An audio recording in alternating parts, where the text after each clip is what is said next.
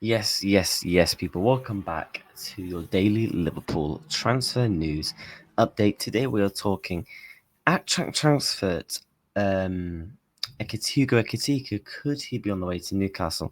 And that is one of Liverpool's transfer targets. We're also talking Philippe Mateta linked and also the news related to Darwin Nunez' exit. So let's dive into the news today for you.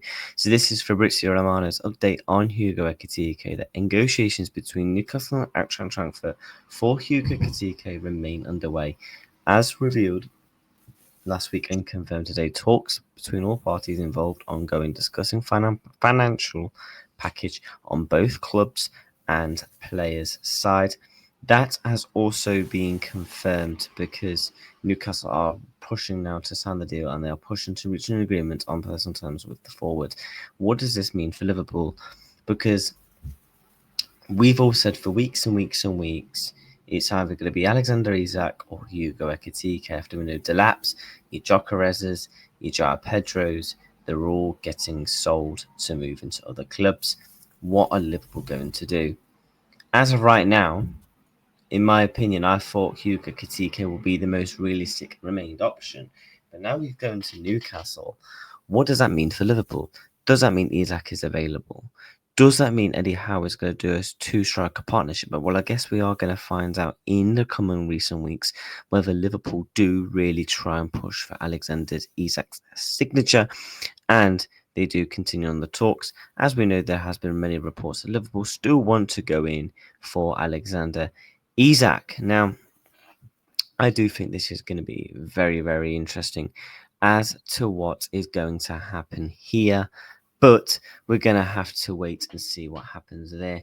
Will Liverpool come to the table for Hugo Ekitike? I do think in the next 48 hours is absolutely crucial.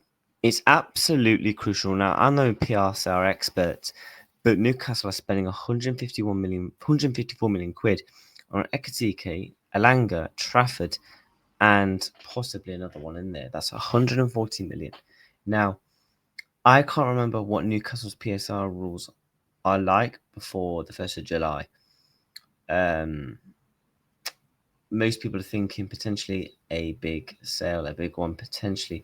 Isak, where it's linking back to Isak. Anthony Gordon, who has also been linked with a Liverpool move. And also the agents are currently in Newcastle to finalise the deal around 80 million euros for the French striker from Frankfurt, who had a great season last season in the Bundesliga. ESPN reporting. Now, this is going to be really interesting, guys. I'm really intrigued to see if Liverpool do come to the table to see if they actually do try and get Ekitike, or do they just still try and believe in the Isak hype? But I'm really, really intrigued. Let's talk on a striker situation, but regarding an outgoing for Liverpool. For Fabrizio Romano, Darwin Nunez continues to wait for a move to Napoli, but the forward can't wait forever and has important opportunities elsewhere, including Saudi Arabia. Everyone is waiting for Napoli to make a decision on the Uruguayan. There was reports last week that apparently Napoli have cooled their interest, you could say, in Darwin Nunez in terms of not making a move for him. This is going to be really, really interesting because the sale of Darwin Nunez is going to play an absolute massive part in whether Liverpool get a good quality striker or not, because we know the majority of the transfer fee is going to come from Darwin Nunez, and obviously, yes, he did score on in pre-season yesterday against Preston North End, really good goal, but it looks like he is still not going to be a part of the Liverpool camp. I think if Darwin was open to a Saudi move, like a real proper open to the move, he would have been sold and done weeks ago. Because I think Saudi, for them, it's more about whether Darwin wants to go rather than Saudi coming in for him. And obviously, we know he's open to the Napoli, focus on the Napoli project, but it's currently up to Napoli whether they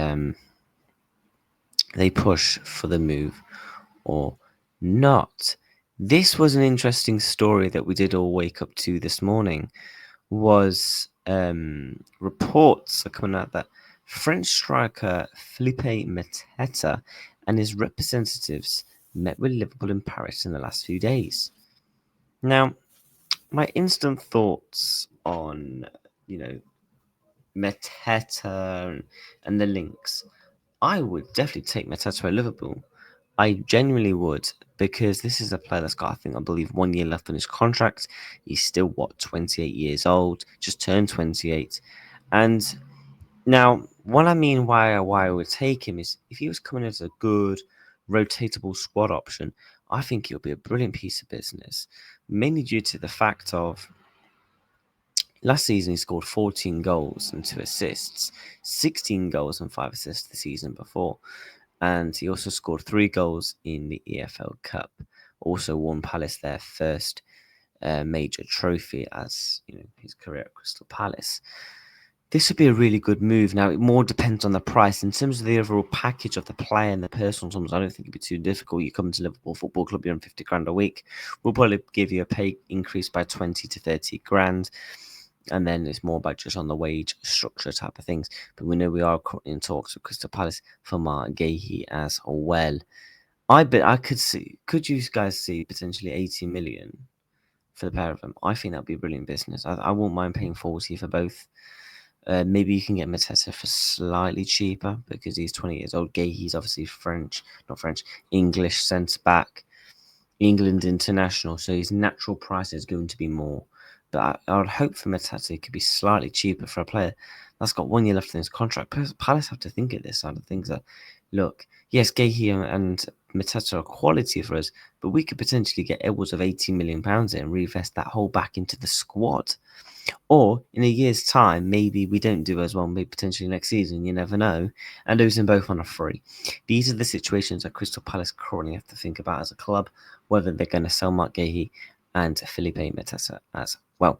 But do let me know down below, would you take Mateta? Me personally, I'm taking him as a squad option. If he was to be Liverpool's main number 9, would I take him? Probably not. And again, Amford Edition just put it perfectly here. 48 goals and assists in the last 2 seasons for Premier League. For Crystal Palace, it's absolutely brilliant numbers. And obviously, again, for a reasonable price, stopgap option, you cannot go wrong. We talk about Liverpool needing attackers. We know that we need attackers, obviously, after, the sudden passing of, the legend forever number 20 in Jota. And obviously, Keys is probably going to be going. Darwin's going to be going. We naturally need some big attackers. For me, we need 2 forwards now, minimum 2 forwards. And if Diaz goes, you have to bring in a third attacker, in my opinion. Now, who would actually be the front runner to Mateta? So if Mateta was to come in and do the backup, who is genuinely going to be the main striker? Because Hugo Ekitike is going to be going to Newcastle as it gets closer and closer. We know Alexander Isak is still going to be hard to obtain and achievable to get to come to the club. But we're going to have to wait and see how that really does develop. But I am definitely 1000% taking Mateta at the football club. Liverpool met with his representatives in the past couple of days in Paris. That is going to be really intriguing to see what that indicates there. And this is literally just come in as I'm recording this. That breaking, Newcastle are closing in on a deal for Hugo Ekitike around 80 million euros, according to the reliable Laurent Julien. Obviously, he's a French journalist. Ekitike has been linked with a move to a number of clubs, including Liverpool this summer. Obviously, he looks like he's going to be closing in his move to Newcastle. That's a brilliant piece of business for Newcastle. However, I'm more intrigued and wary. What does this mean for Liverpool Football Club? Because do we see a world where we keep a couple of our attackers just due to the availability in the striker market? With the prices on some of the players, and some players are just naturally not available right now. So I do think it's going to be interesting as to see what is going to happen here. But we're going to have to wait and see. Make sure you are liking and you are subscribing to stay up to date with the latest Liverpool content and football content overall on this channel, on that road to that big 2K, as you can see above you. I think we're just under 250 now. So we want to try and keep pushing towards to get there in the coming days. But I just want to say quickly, again, massive thank you to the sports on the channel. in the past couple of weeks. It's been amazing to see. And take care, guys, and I'll see you tomorrow with another daily Liverpool news update.